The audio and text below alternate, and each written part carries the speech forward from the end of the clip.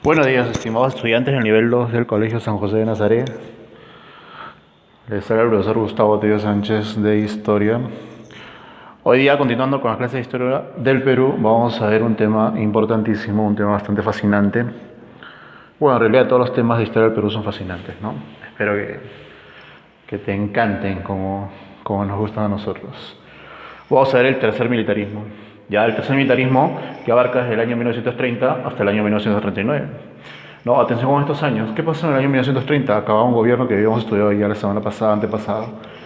En el año 1930 acaba el gobierno de Augusto de Leguía, el llamado oncenio, que había empezado en el año 1919 hasta el año 1930. No, una de las características más importantes del oncenio de Leguía es la construcción de grandes monumentos, de grandes avenidas, de grandes edificios en Lima. Lima fue modernizada, ¿no? Eso podría considerarse como positivo, pero lo negativo sería que pasamos de la dependencia del capital económico inglés, ¿no?, a la dependencia del capital económico norteamericano. Es decir, Augusto de Leguía entregó prácticamente el Perú a los Estados Unidos, ¿no? Y aparte también había firmado diferentes tratados con los cuales había entregado tierras definitivamente a Chile, a Colombia, ¿no? Esos son los aspectos negativos del gobierno del oncenio de Leguía, que acabó en el año 1930 justamente por un golpe de Estado que le da el primer presidente que vamos a ver dentro del tercer militarismo, que se va a llamar Luis Miguel Sánchez Cerro. No, Sánchez Cerro desde Arequipa le da el golpe de Estado a Augusto de Leguía, terminando con el oncenio, ¿no?, y empezando esta etapa llamada el tercer militarismo, que se va a prolongar hasta el año 1939. Vamos a estudiar en este periodo a dos presidentes, Luis Miguel Sánchez Cerro y Óscar Raimundo Benavides Larrea. ¿No? Justamente el gobierno de Benavides va a acabar en el año 1939 con el inicio en el mundo ¿de qué? De la Segunda Guerra Mundial, ¿no? Entonces, para desarrollar esto de acá tenemos que saber qué sucedía en el mundo, o qué sucede en el mundo en estos años, ¿no? ¿Qué pasaba en el mundo entre el 30 y el 39? A ver, ya hemos visto eso también en Historia Universal. Contexto mundial, la Gran Depresión, ¿no? La Gran Depresión, ¿cómo empieza? Con el estallido o la quiebra de la Bolsa de Valores. ¿De qué año? Del año 1929, ¿no? El 24 de octubre del año 1929 se derrumba la Bolsa de Valores de Nueva York, Wall Street, ¿no? Y prácticamente el capitalismo camina por la cuerda floja. Estuvo a punto de quebrar y desaparecer el capitalismo. Ya aquí está ya la crisis del 29 justamente en este año, y esas consecuencias o ese malestar económico se va a prolongar hasta el año 1933. A todo este periodo se le va a llamar la Gran Depresión. Profe, ¿y esto de acá es importante para lo que es el estudio del tercer militarismo? Sí, porque la caída de Augusto de Leguía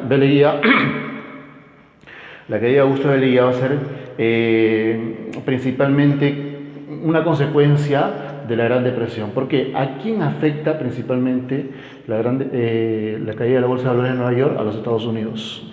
¿De quién dependíamos nosotros? De los Estados Unidos. Entonces, si Estados Unidos ya no nos puede prestar plata porque está en crisis, entonces nosotros también vamos a vivir esa crisis, ¿no? Entonces de Leguía no sabía de dónde obtener dinero, cae su gobierno.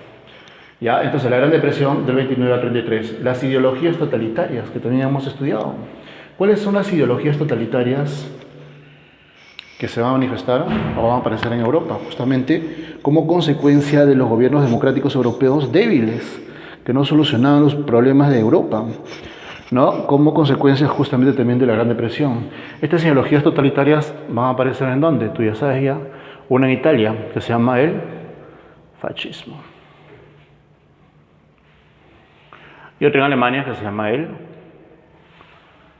nazismo. Y también podríamos ver en España, ¿no?, el falangismo. Ya son ideologías totalitarias, represivas, fuertes, manejadas por militares, no querían oposición, acabaron con la oposición. Tú te acordarás cuando vimos el ascenso de Hitler, ¿no?, cómo Hitler acaba con su oposición en la noche de los cuchillos largos. Ya, estos son gobiernos fuertes, represivos y militares en el mundo.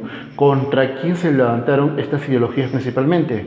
Contra una ideología que estaba creciendo en la parte oriental de Europa, que era el socialismo, comunismo de la Unión Soviética, ¿no? Entonces, para que Europa no caiga en el comunismo, aparecen estas ideologías totalitarias para combatir justamente a los comunistas, ¿no? Aunque el fascismo es desde el año 1922 para adelante, el nazismo llega al poder en Alemania en el año 1933 con Hitler, ¿no? Estamos en este periodo de tiempo. Otro acontecimiento que también hemos estudiado y también se va a desarrollar dentro del tercer militarismo en el contexto mundial va a ser la Guerra Civil Española. ¿De qué año a qué año abarca la Guerra Civil Española? ¿Tú te acuerdas, no? Del año 1936 al año 1939. ¿Te acuerdas cuál era la particularidad de la Guerra Civil Española? Muchas, ¿no? Pero esta guerra civil va a ser el ensayo de lo que va a ser posteriormente la Segunda Guerra Mundial, ¿no? Acá pelearon las fuerzas de Hitler con las fuerzas de la Unión Soviética, es decir, el nazismo contra el comunismo. En este contexto bastante conflictivo se va a desarrollar este tercer militarismo. Profe, si se habla de tercer militarismo, hubo segundo y primer militarismo, obviamente, ¿no? El primer militarismo va a empezar con prácticamente la independencia peruana. El primer militarismo, según Basadre, abarca del año 1827 al año 1872. Aunque Basadre lo marca hasta el año 1845, porque en el año 1845 se da una etapa que él lo llama la prosperidad falaz, del 45 al 72. En el 72 llega el primer gobierno civil de la historia del Perú, ¿no? Con Manuel Pardo y Lavalle en el año 1972, que se va a prolongar hasta el estallido de la Guerra del Guano del Pacífico, ¿no? ¿Cuándo fue el estallido de la Guerra del Guano del Pacífico? En el año 1879, ¿no? Ahí entramos a otro periodo, justamente la Guerra del Guano y el Pacífico, que acaba en el año 1883 y con el término o el fin de la Guerra del Pacífico empezamos el segundo militarismo, que también es llamado la Reconstrucción Nacional, del año 1883 al año 1895, ¿no? Recordarás con Iglesias, con Cáceres, hasta Pierola, ¿no? Y luego pasamos a la República Aristocrática, que también lo hemos visto. La República Aristocrática del año 1895 al año 1919, que acaba justamente ¿con quién? Con el oncenio de Leguía, ¿no? El oncenio de Leguía del 19 a 1930 y que acaba con el tercer militarismo que vamos a ver ahora. Características de este tercer militarismo. Gobiernos militares financiados por ¿quién recuperó el poder con el tercer militarismo? Lo va a recuperar aquel sector o aquella clase social que había sido desplazada por Augusto de Leguía. ¿Te acuerdas a quién odiaba a Leguía? ¿No? Que inclusive a su gobierno lo llamó Patria Nueva, una patria nueva sin oligarquía. La oligarquía estaba resentida, ¿no? Y quería sacar de todas las formas a Augusto de Leguía, ¿no? Con la debilidad por la crisis del 29, aprovechó la situación y saca a Leguía mediante un golpe de Estado dirigido por Luis Sánchez Cerro desde Arequipa. Gobierno fuerte de represión. ¿Contra quiénes principalmente? Mira, acá se va a manifestar una represión contra los comunistas. ¿En el Perú había comunistas? Sí. Había un partido que había sido fundado por, lo que hemos visto también, ¿no? Había sido fundado por José Carlos Mariátegui. ¿Cómo se llama ese partido? El Partido Socialista del Perú, que luego se convirtió en el Partido Comunista del Perú. Y otro partido también, ¿no? Fundado en el año 1924 en México por Víctor Raúl de la Torre. ¿Quién? Los apristas. Acá va a haber una fuerte represión contra comunistas y apristas. Justamente son gobiernos fascistas, ¿no? Yo te dije ya, el fascismo y el nazismo, o el fascismo combate principalmente a ¿quiénes? A los comunistas, ¿no? Entonces, persigue el partido fundado por José Carlos Mariátegui y el partido fundado y el mismísimo Víctor Raúl Ayala Torre, ¿no? Va a haber una fuerte represión contra apristas, inclusive va a haber una matanza en Trujillo, ahí en Chanchan, ¿no? Contra apristas que se habían sublevado contra el gobierno de Luis Sánchez Cerro. Ya eso lo vamos a ver más adelante. Gobiernos fascistas por temor a desborde popular. Tú te acordarás que las manifestaciones populares, las luchas sociales, las luchas obreras, las luchas campesinas empezaron desde el gobierno de la República Aristocrática, ¿no? La República Aristocrática, desde los 1900, los trabajadores ya pedían la jornada laboral de las 8 horas, que justamente se ganó en el periodo de la República Aristocrática. ¿no? Las 8 horas se van definitivamente con el gobierno de José Pardo y Barreda, tú recordarás eso, ¿ya? Pero hubo un descontento masivo de toda la población peruana porque había abuso de gamonales, había abuso de hacendados, había abuso de la pequeña industria y la riqueza solamente se lo llevaban los oligarcas. Entonces hubo manifestaciones y levantamientos por todo el Perú, ¿no? Este desborde popular, tan temido por la oligarquía, ¿no? Necesitaba un gobierno fuerte, entonces la oligarquía utilizó a los militares para que, ¿no?, desarrollen gobiernos fascistas fuertes, represivos contra las manifestaciones populares, ¿no? Otro aspecto que se da dentro del tercer militarismo va a ser la migración del campo a la ciudad, ¿no? Ya el Perú se está configurando como un país no de blancos, sino un país ya de todas las razas, ¿no?, de todas las sangres. Estas son las características fundamentales del tercer militarismo.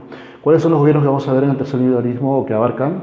Van a ser los gobiernos de Luis Miguel Sánchez Cerro y de Óscar Raimundo Benavides Larrea, ¿no? Óscar Benavides, tú recordarás, ya había sido presidente durante el periodo llamado la República Aristocrática, cuando le dio un golpe de Estado aquí. El gobierno de Pan Grande, ¿te acuerdas o no? Billinghurst, ¿no? Le dio un golpe de Estado, lo sacó porque Billinghurst estaba desarrollando un gobierno populista y no le gustaba eso, entonces le da un golpe y gobierna Óscar Benavides Larrea en la República Aristocrática y acá nuevamente también va a gobernar en el tercer militarismo. Ya, 2 presidentes. Luis Miguel Sánchez Cerro va a gobernar de 1930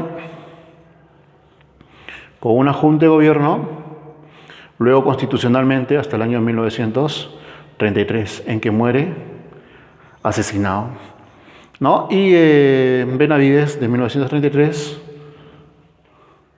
a 1939. Y con eso acabaríamos el periodo del llamado tercer militarismo, ¿no? Vamos a ver en la siguiente pizarra a Luis Sánchez Cerro y todo lo que sucedió en su gobierno. Ya, continuamos en la siguiente pizarra.